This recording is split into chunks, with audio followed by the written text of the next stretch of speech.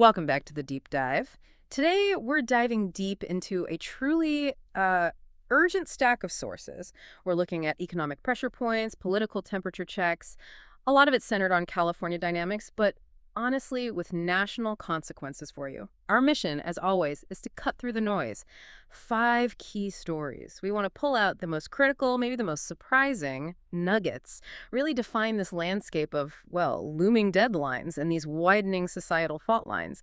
And we're jumping right into what feels like the most immediate, maybe the most financially painful story for millions right now. Yeah, we absolutely have to lead with this. It's not theoretical. It's a date on the calendar, January 1st, 2026, Right. that represents this, well, massive financial cliff. We're talking about the federal budget mess and the direct threat it poses to health insurance affordability. It's huge. Okay, catastrophic how? Exactly. Yep. Lay out that immediate deadline. What happens come January if Congress basically does nothing? The mechanism is a bit complex, but the result is simple. Huge price hikes for people. The immediate threat really came from Congress not passing that continuing resolution, the CR, by the September 30th deadline. And that failure puts us in a spot where the enhanced premium tax credits, the EPTCs under the Affordable Care Act, they're just set to expire. Wait, why now? I thought these were addressed. They were, sort of. Temporarily, they got extended through funding in the Inflation Reduction Act, but that money, it's running out at the end of this year. Ah, okay. So Congress put a temporary fix in place with the IRA, but didn't budget for it long term. That sounds like the real trap here. That's exactly it. And the consequences are, well, profound. Especially if you look at California. We saw African-American enrollment in covered California jump 53% between 2020 and 2025. That shows just how vital these subsidies are for access. Now, take away those EPTCs, and some Black enrollees could see their costs spike by maybe 67%. Across all states, the average premium increase for those who can even stay covered is projected at 75%. 75%. I mean, it's completely unmanageable for most families. And the sources really drive this home with the story of Chelsea Baker, a small business owner. She got COVID back in 2020, still has heart damage and autoimmune disease. She needs these IV immunoglobulin treatments every 2 weeks, and they cost, what, $8,600 per session? She absolutely relies on her affordable insurance, thanks to the EPTCs, just to, well, survive. That story really crystallizes the stakes, doesn't it? Chelsea Baker asked that question nobody wants to face. Do I eat or buy medicine? Do I pay my mortgage? Okay. And looking at the hard numbers for California, enrollees there get an average federal subsidy of $563 a month. That takes their premium down from almost $700 to around $135. Losing that $563, well, the estimate is 4.2 million Americans, and that includes 400,000 Californians, according to Covered California. They could just be forced to drop their coverage entirely. Okay, this brings up a huge political question then. Jessica Altman, the executive director at Covered California, she mentioned a bipartisan effort, right? A bill introduced by Republicans, two from California even, to extend the credits for a year.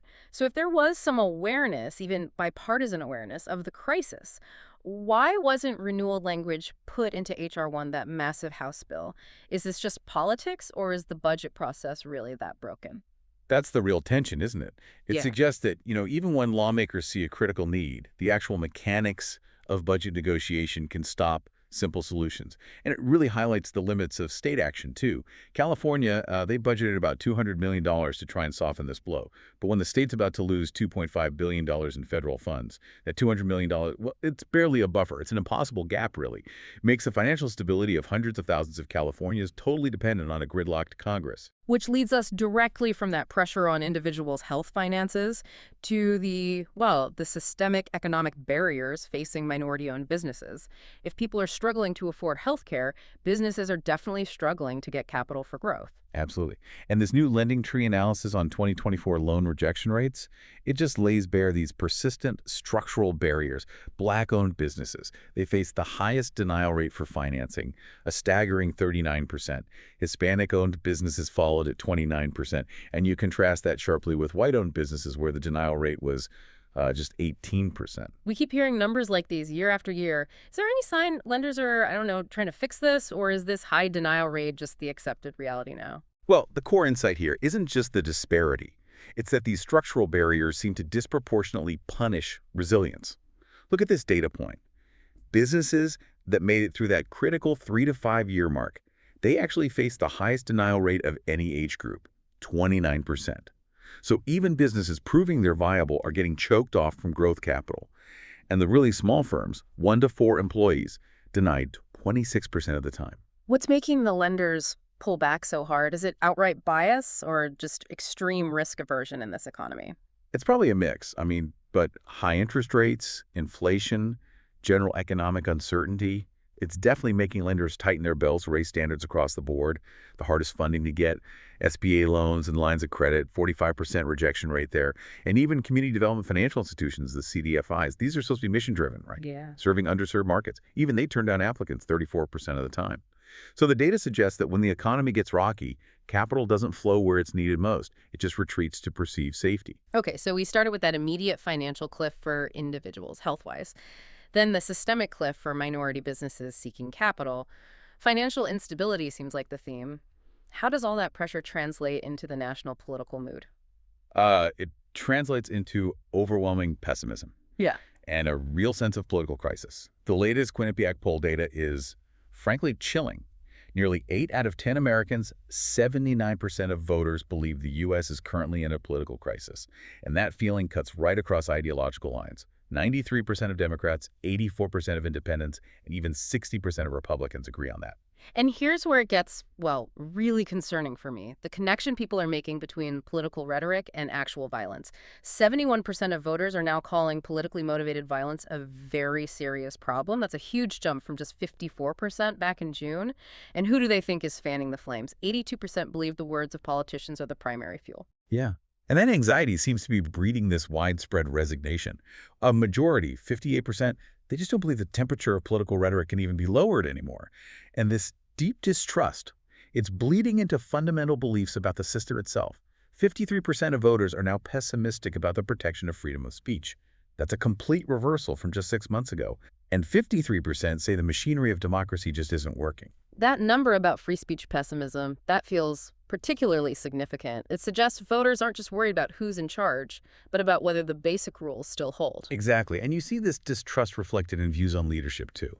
We noted earlier that 83% feel leaders blame more than solve, but we also saw low confidence specifically in figures like President Trump, 38% approval, and Secretary of Health and Human Services, Robert F. Kennedy Jr.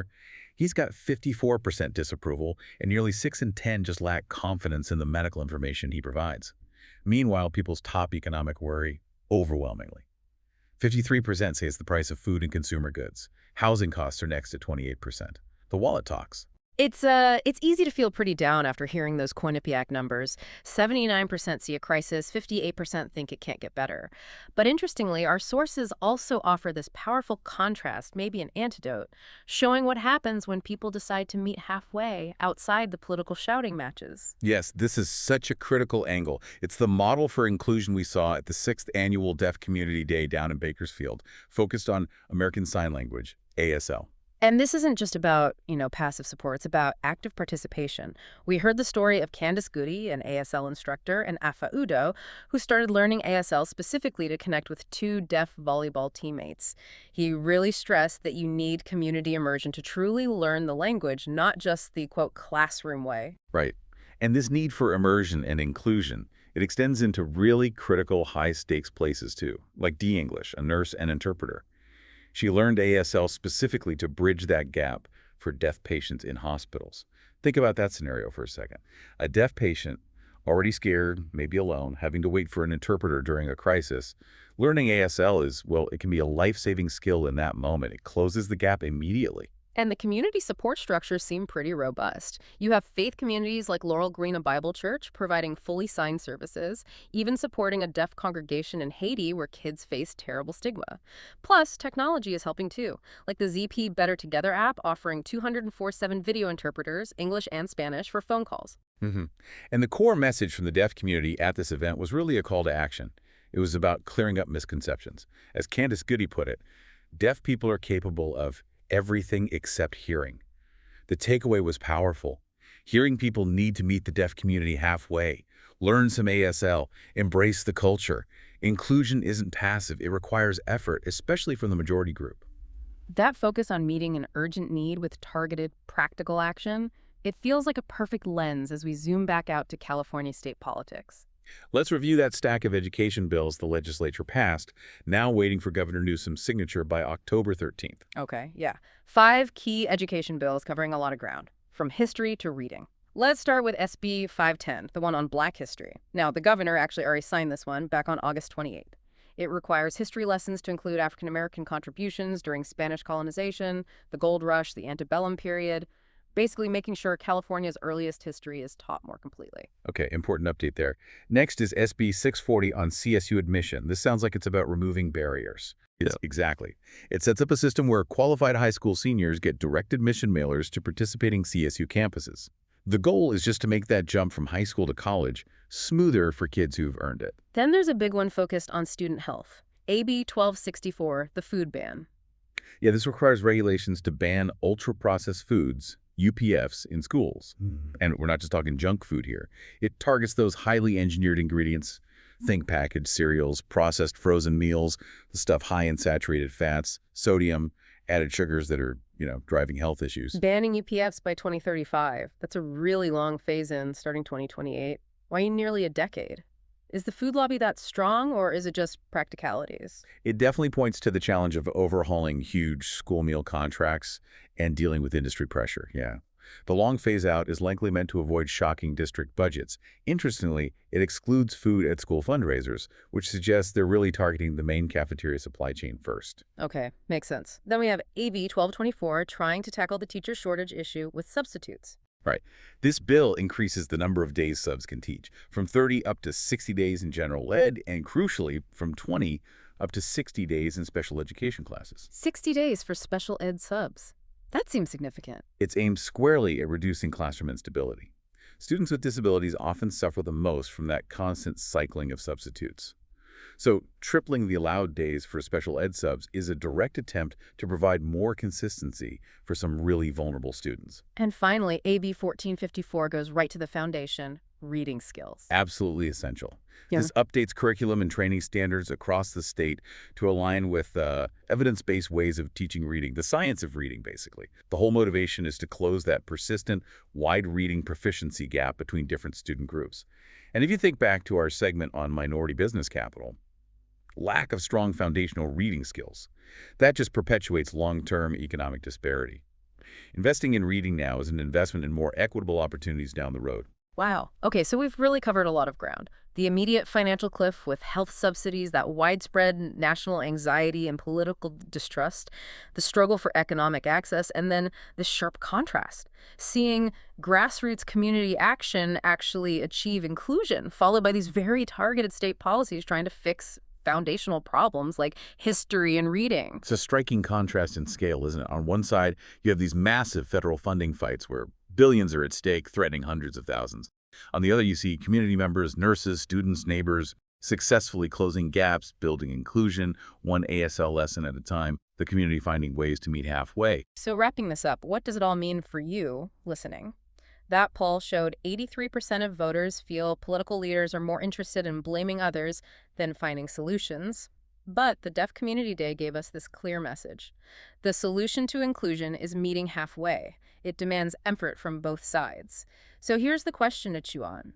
If meeting halfway is the key to bridging societal divides, why does so much data suggest our political and economic systems are actually retreating further into extremes? It feels like that middle ground, the place where people can meet, is getting narrower than ever. Something to think about as you navigate these urgent deadlines and deep fault lines we discussed. Thanks for joining us for the deep dive. We'll catch you on the next one.